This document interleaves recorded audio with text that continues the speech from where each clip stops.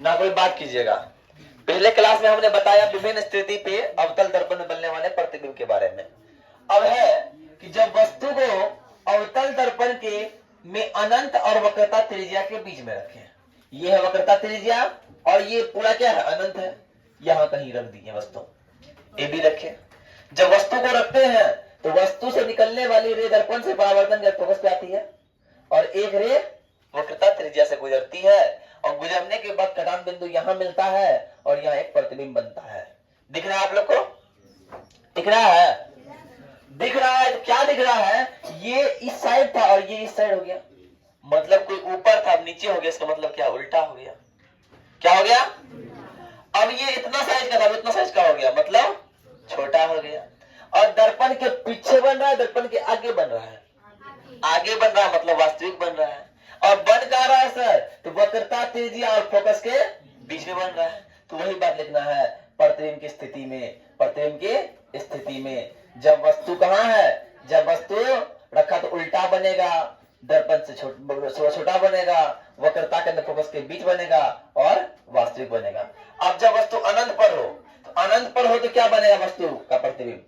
प्रतिबिंब की स्थिति अगर बोले, प्रतिबिंब की स्थिति कैसा बन रहा है, नंबर एक, अनंत से आ रहा है तो कहां बनेगा, फोकस पर बनेगा, फोकस पर बनेगा। नंबर दो, और क्या बनेगा, छोटा बनेगा, छोटा बनेगा। और कैसा बन रहा है, आगे बन रहा है तो वास्तविक बनेगा,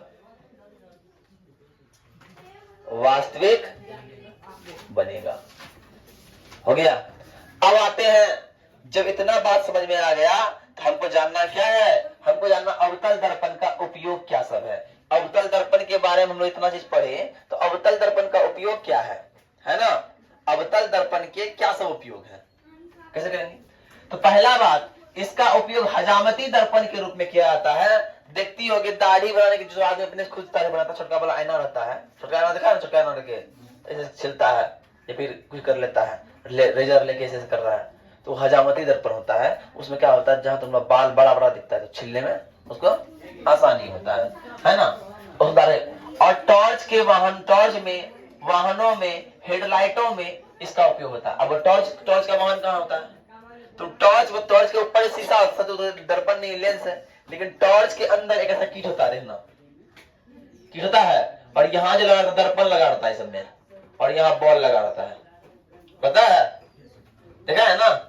ये जब रिफ्लेक्ट करता है और रोशनी उधर आगे भागता है, तो उसके दर्पण में भी लगा रहता है। ये कहाँ, टॉर्च में लगा रहता है, और वाहन के हेडलाइटों में, गाड़ी के हेडलाइटों में भी लगा रहता है।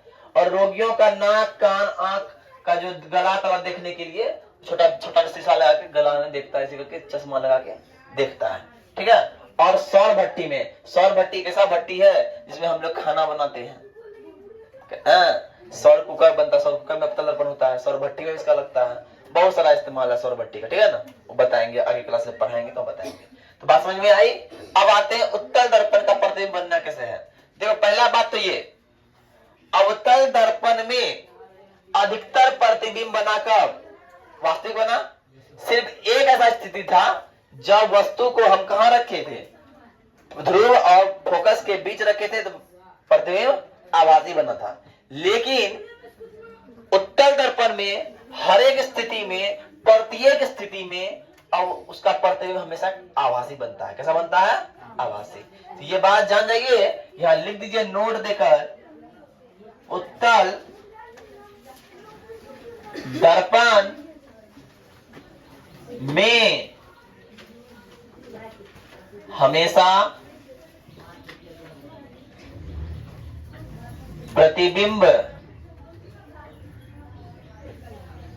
आभासी बनेगा, आभासी बनता है, इसलिए फोटो दिखाना जरूरी नहीं है, बनता है।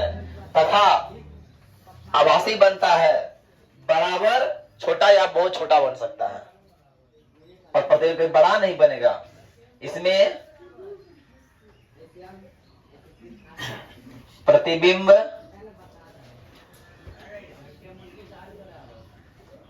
बराबर छोटा और बहुत छोटा बनेगा।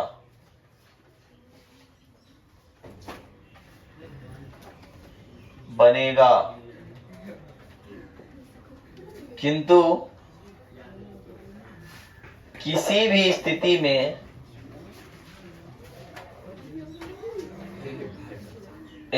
में बड़ा नहीं बनेगा।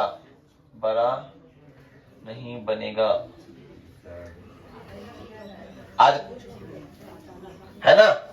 तो ये हो गया उत्तल दर्पण अवतल दर्पण को हम पूर्ण रूप से पढ़ लिए हैं। अब नेक्स्ट क्लास में क्या होगा, चिन्ह परिपाटी पढ़ेंगे, दर्पण सूत्र पढ़ेंगे, है ना, आवर्धन पढ़ेंगे, बस उसके बाद चैप्टर हो जाएगा खत्म, है ना। इतना पढ़ना चैप्टर में क्या हो जाएगा खत्म। ठीक है, बात समझ में आई? चलिए।